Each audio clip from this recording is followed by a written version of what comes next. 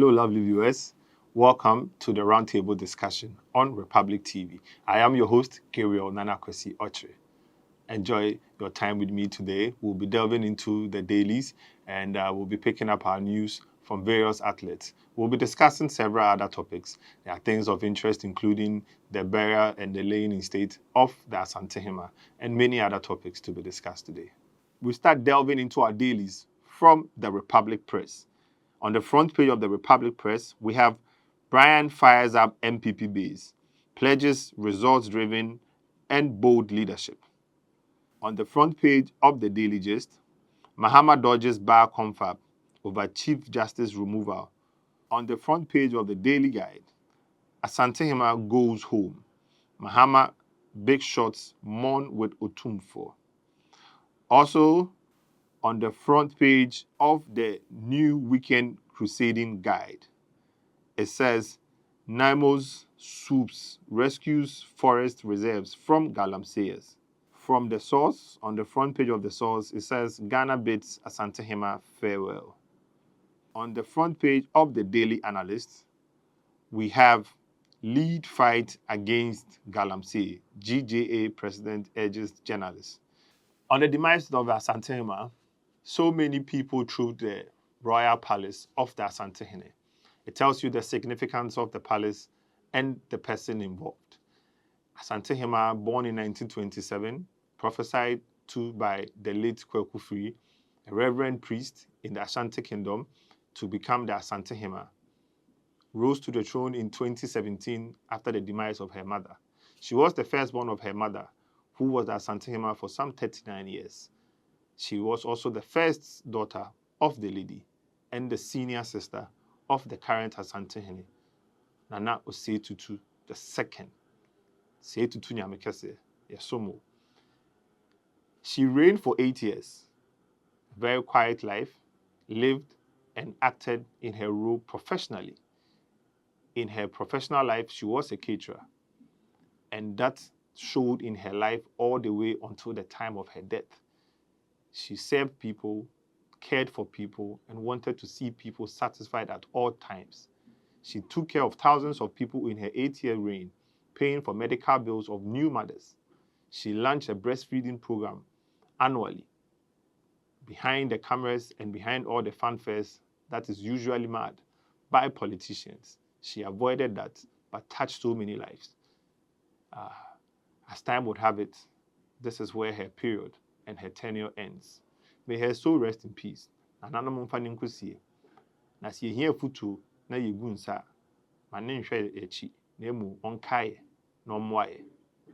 into the issues of galamsey, this issue of galamsey, we do not know if the NDC really understand exactly where we are, where we were, and where we are going.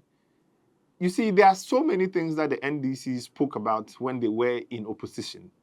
They requested for the repeal of the LI 2462. Today, it is not repealed. We are hearing them say, we are not giving license to people to mine in our forest reserves. Well, there's a difference in saying what you will do, and there's a difference in doing what you said you will do. Repeal it, and let's know you are serious. Repeal it, and let's see that you are taking actions and affirmative actions against galamsey. We have not seen that, and all we are seeing is lip service from the government. Today, we are hearing persons like Felix Ofosu-Kwakye saying that if anybody believes that galamsey is worse in their tenure currently, those persons should tender in evidence that suggests so. My problem with this call is that Felix Ofosu-Kwakye is not just disrespecting people who have been put in charge of such roles.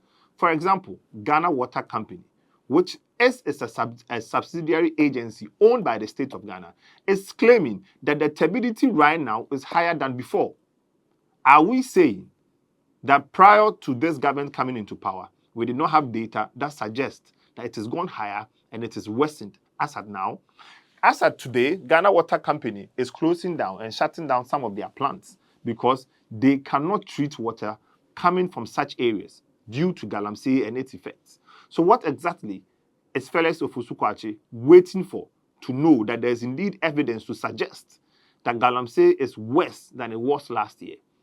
I believe that Felix Ofosu-Kwakye may have information prior to this, but as politics may have it, and as NDC is known for skewing and lying to its people, maybe Felix is only playing to the gallery and assuming that all of us are ignorant.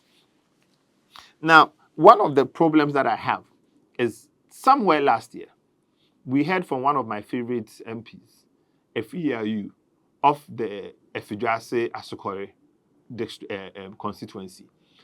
He said that there's information that the opposition party and certain unscrupulous people have armed certain people, invested in them to come and mine in our waters, some who are not even from Ghana, holding weapons and building galamsey sites here in our country, and that some have been arrested and investigation is ongoing.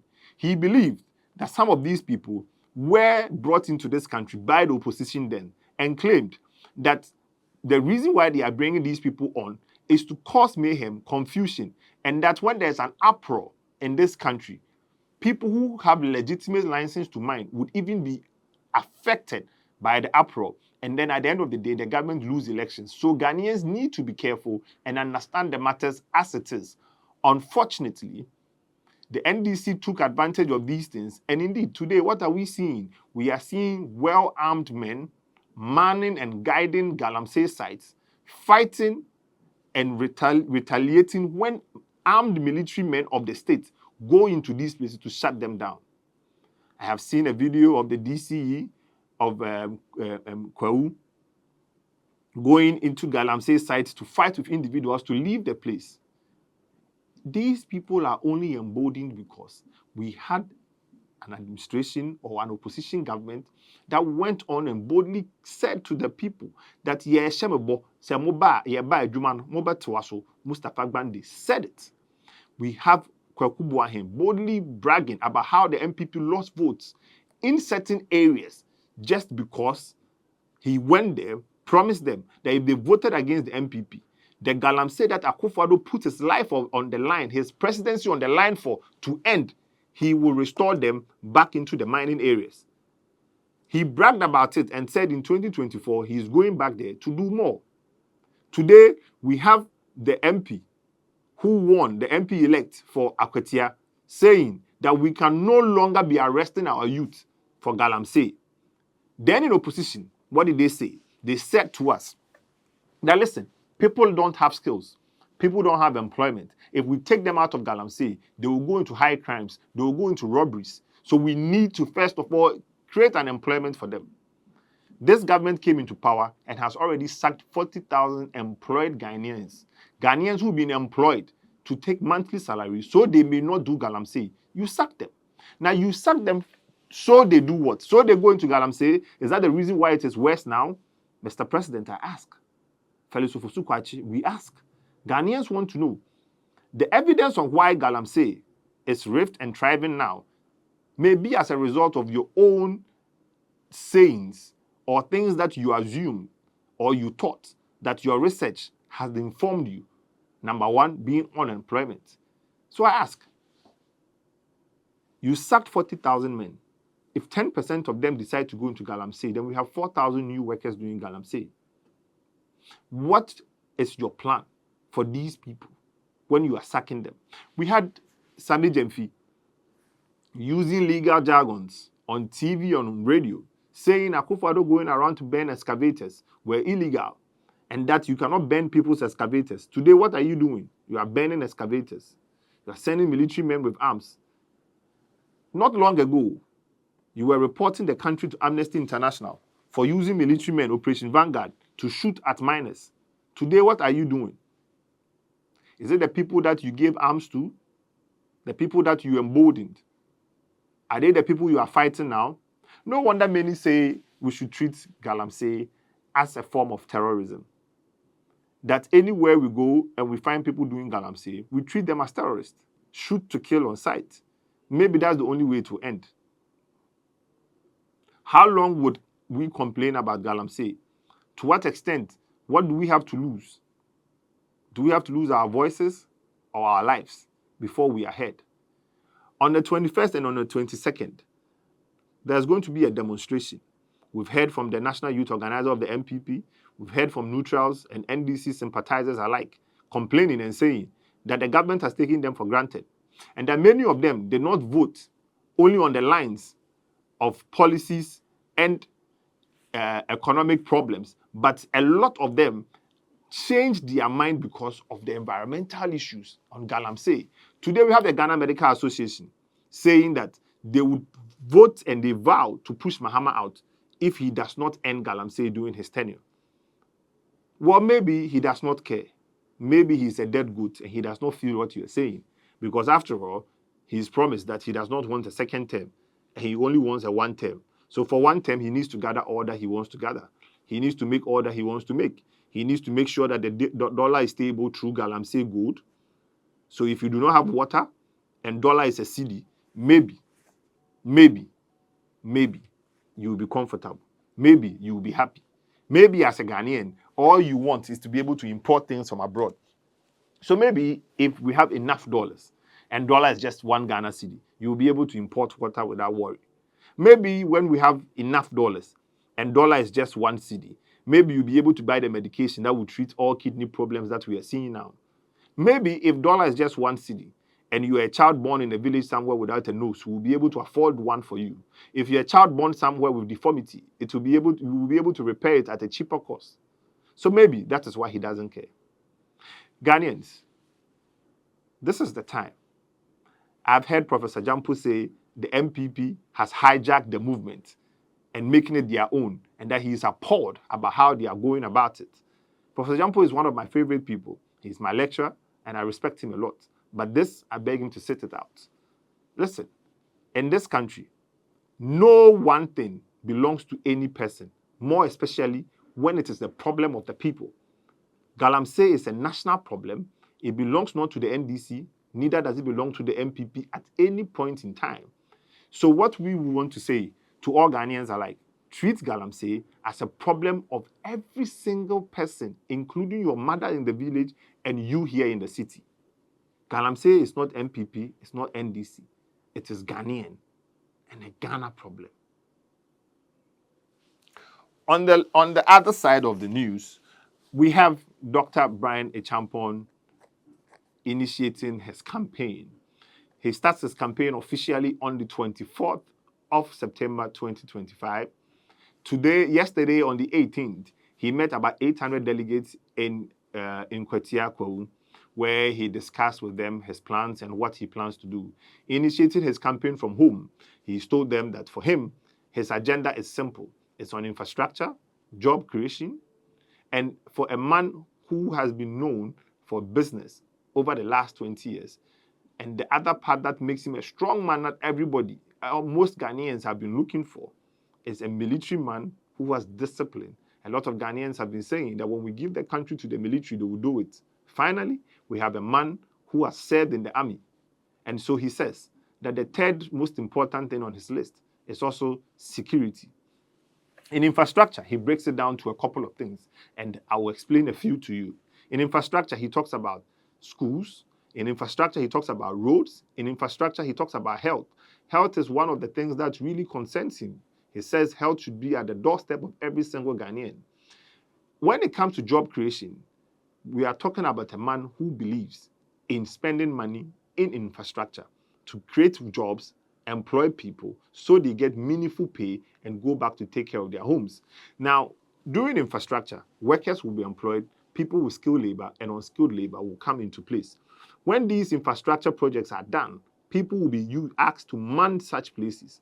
And that is what he means by creating jobs through infrastructure. Now, this man has done this for the last 20 years. People call him the real digital man. There's a reason why they call him the real digital man, because he also believes that not all form of employment is hard labor. Not all form of employment is physical presence. He has been doing a lot in the digital space for the last 20 years. This is not, like they say in our local parlance, not some matra makwe with government money. He has done it as a private businessman, using his private company, setting up various technological companies, including an agency that allows you and I, as government workers, to be able to access high purchase products. Because without that platform that he had created, Companies who would want to sell to on high purchase basis will not have the trust to do it. So he's connected you and his platform to the auditors general, so people can trust you and then deliver you goods to you, so you pay nkitinkiti kakra kakra. So you see, the nkitinkiti kakra kakra, one city in Komono, it is something he has been doing in the past, and you have been benefiting as citizens, not today. And he is telling you that when he is president, he is going to open it up to more agencies, to more citizens, even including those who do not work for the state, so we can make life easier. He has done it, he's tried, he's tested, and he's proven, because he's done it in his private life. With the backing and political will, he will be able to do it for all. He has done it when it comes to taking loans. If you want to take a loan, you would need a connection between your bank, AG, and his platform to tell. And that when the money is ready, he, on the other hand, working for the bank, deducts your money for the bank. This is somebody who has done all of these things that do not need even government's help to do it. He has done it as a private man, and he is willing to do it as a person of interest when you make him your president. So, Ghanaians, delegates, this is not the time to feel that we owe one person some favor. No, we owe the nation a favor as members of the New Patriotic Party.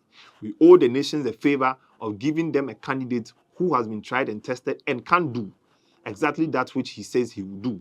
We do not need to go and favor someone who would fail us and fail the party.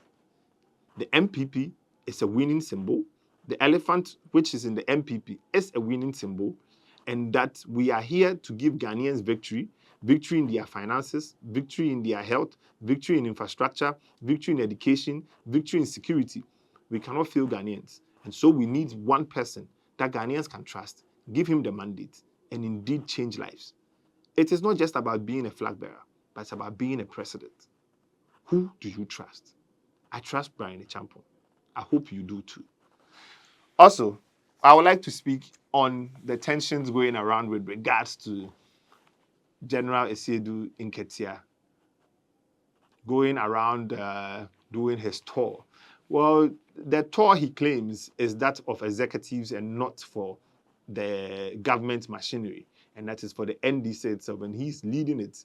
And he claims it is not to gather votes or get sympathizers towards the flag bearer race in the NDC. He claims he has no interest of becoming president, but yes, we do know that he is a master tactician of the NDC. And when he plans to do things like these, it's easy to tell from our side. We have seen what he plans to do, but what we can tell and what we can say is that it will be a 9-day wonder and will end in shame. Neither him, neither Julius Debra, that people are saying that the president is projecting, neither him or even any other candidate in the NDC, including purported names like Eric Opoku and the likes, would become president as long as we are presenting Dr. Brian Echampo. The MPP is poised for victory. We are united. We agree to disagree a lot of the times. We disagree to agree a lot of the times too. We are MPP for a reason, a party of intellectuals, a party of the elite, a party for Ghana, a party that preaches development in freedom. My name is Gabriel Ochre, your host for today on the Roundtable discussion. Thanks for staying with me. Enjoy your long weekend. Bye-bye.